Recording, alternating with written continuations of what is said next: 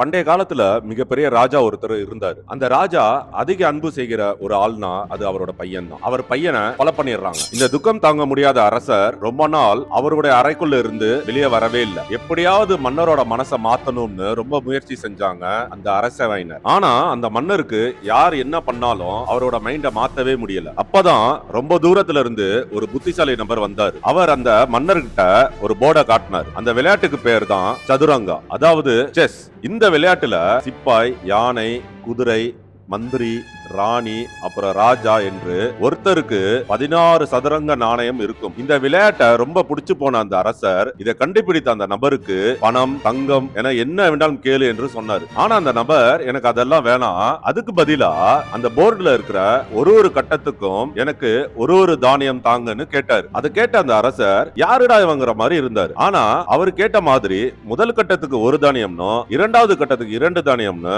64 கட்டங்களுக்கு கொடுத்தா மன்னர் நினைச்சதை விட அதிகமா வந்துச்சு. இது மூலியமா மேக்ஸ் எவ்வளவு முக்கியம்னு, செஸ்ல எவ்வளவு இன்வால்வ் ஆகி இருக்குன்னு தெரிய வருது. மேலும் இது மாதிரி பல வரலாறு தெரிஞ்சுக்க என்ன ஃபாலோ பண்ணுங்க.